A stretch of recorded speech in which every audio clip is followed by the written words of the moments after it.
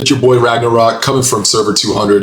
If you haven't already, go ahead and thumbs a like, smack a like, backhand a like, elbow a like. Just go ahead and get those likes up. And if you don't mind, please subscribe to the channel if you're enjoying the content, and I will make sure that we have more exclusive content coming down the pipe like this. Here we go. Yeah, sure. Cool. All right, let's get another grouping done here. We're looking at 280 on this one, 264, 215, 279, 227, 241, 253, and 205. Guys, right off the get-go, when I was looking at this, I was like, 227 is the strongest, right? And like that's just going to be super tough for anyone. But then I remembered 280 has the one and only Brad Pitt. So you watch out for Brad Pitt, guys. He is their strongest player, and just what a great name, Brad Pitt. But other than that, I was just thinking 280 and 227 were probably going to be 1A and probably 2 or 3, with 280 being there. And I was thinking maybe even 263 would pop into here. 264. I'm so sorry. 264 would pop into here. But guys, I'm looking at this. 264. I don't see a lot of them in the middle. Shen, what was your thoughts overall with kind of the performance of a lot of these servers, other than the obvious, Destiny and DTY and the obvious EPH 280? What was your takeaway on this? Yeah, I'm just looking at the map here. I didn't follow much of what transpired through the season, so I don't know if they fought, if they had agreements. I have no idea what happened in this grouping.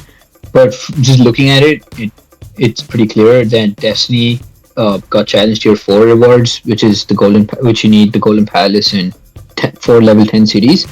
And so it looks like they secured challenge tier 4 rewards, and I see that EPH has 5 outposts, Warzone outposts, so they got challenge tier 3 rewards. Mm-hmm. So there must have been some sort of agreement. I don't know, but that's what it looks like. But like you said, yeah, it is weird to not see, much of 264 anywhere here in the middle. And I see 83i on the other side of where they started, so that's kind of interesting. But I just don't see MMX anywhere here. MMX from 264. I don't see them in the middle. They actually own the capital on 264. So I would assume they're probably one of the stronger alliances there. But yeah, it's just interesting to see that they have nothing in the middle. Yeah, very, very odd, right?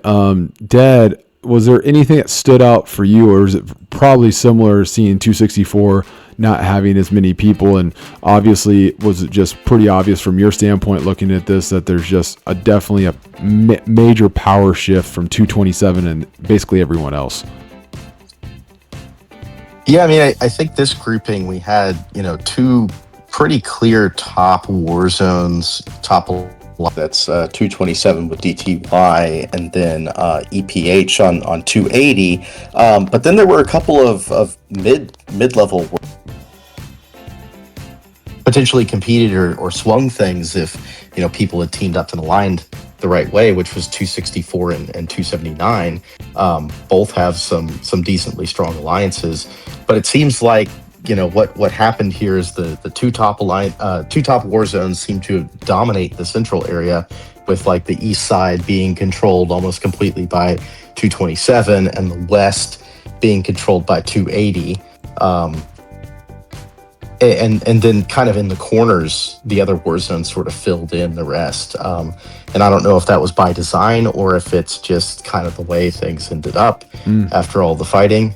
It's a little hard to tell, but just the fact that 280 is sitting over there right next to the level 10 cities in the Golden Palace sort of suggests that it's likely there was some agreement between DTY and EPH at the very least. Yeah, no, I mean, if anything, with a lot of these groupings, you're seeing there's a lot of diplomacy going on, a lot of a lot of people just agreeing probably not to fight all season long. And I think a lot of people, gave a lot of developers some pushback saying, hey, this is really boring because of maybe too much of that diplomacy. But for some players, they kind of like that too, right? So this is just an interesting grouping, but also just an interesting season overall for everybody. So hope everyone had fun on this grouping. We're going to keep it going on to the next grouping. Let's go.